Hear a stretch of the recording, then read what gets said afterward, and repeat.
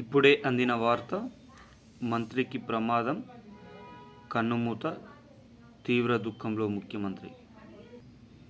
ఈరోజు ఈ వీడియోలో దీనికి సంబంధించిన ముఖ్యమైన సమాచారం గురించి తెలుసుకుందాం. ఎవరైనా మొట్టమొదటిసారిగా మన ఛానల్ని చూస్తున్నట్లయితే చూసిన వెంటనే లైక్ చేయండి, షేర్ చేయండి. అదేవిధంగా సబ్స్క్రైబ్ చేసుకొని బెల్ ఐకాన్ ఆన్లో పెట్టండి.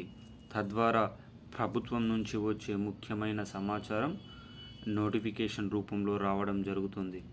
ఇక ఆలస్యం చేయకుండా ఈరోజు వీడియోలోని వివరాల్లోకి అయితే వెళ్ళిపోదాం. ఈ రోజులలో ఎన్నో విధాలుగా ప్రముఖులు మరణిస్తున్న తీరు ప్రతి ఒక్కరిని కలిచివేస్తుందని చెప్పుకోవచ్చు.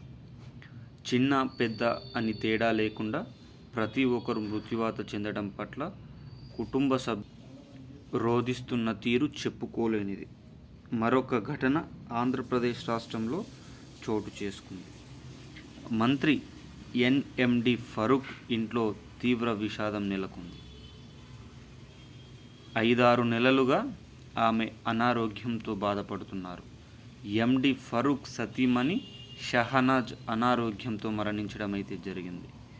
ఈ క్రమంలో హైదరాబాద్లోని ఇంట్లో వెంటిలేటర్పై చికిత్స పొందుతూ ఆరోగ్యం క్షీణించి ఇవాళ మృతి చెందారు.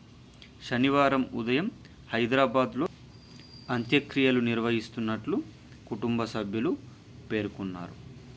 ఆమె మృతి పట్ల సీఎంతో పాటు మంత్రులు, ముఖ్య నేతలు కూడా సంతాపం తెలియజేశారు.